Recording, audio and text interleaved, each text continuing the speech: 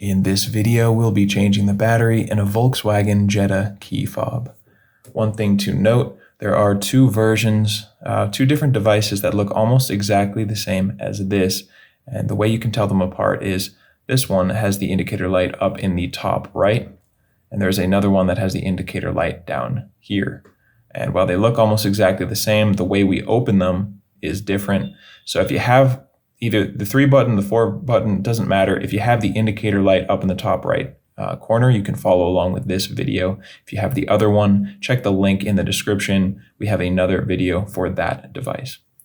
For this one, all you will need is a CR2032 battery, and these are really cheap. You can get them online, and if you want to check that out on Amazon, there is a link down in the description for this as well. So super easy. You actually don't need any tools to get this done. You just flip out the key, turn it over.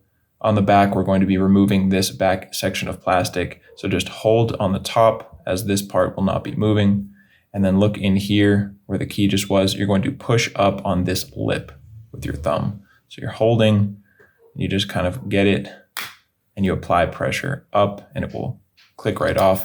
And if that's feeling a little bit difficult, you can take a large coin and kind of do the same thing, going in this, targeting this bottom piece, holding the top and just twisting. And that can give you some better leverage to make it easier for you. From here, now we have access to the battery. We're just going to come in from the top where are the two little tabs there. And if you just apply a little pressure right in that area, the battery will come right out. So you can go grab your new CR2032 battery, and when you're putting it in, make sure that the positive side that has the plus sign on it is facing up. You'll just slide it under those two tabs and then click it in on the other side. Make sure that it's sitting flat in there. Now you can just put this back section of plastic on there. Just make sure it is nice and lined up and squeeze.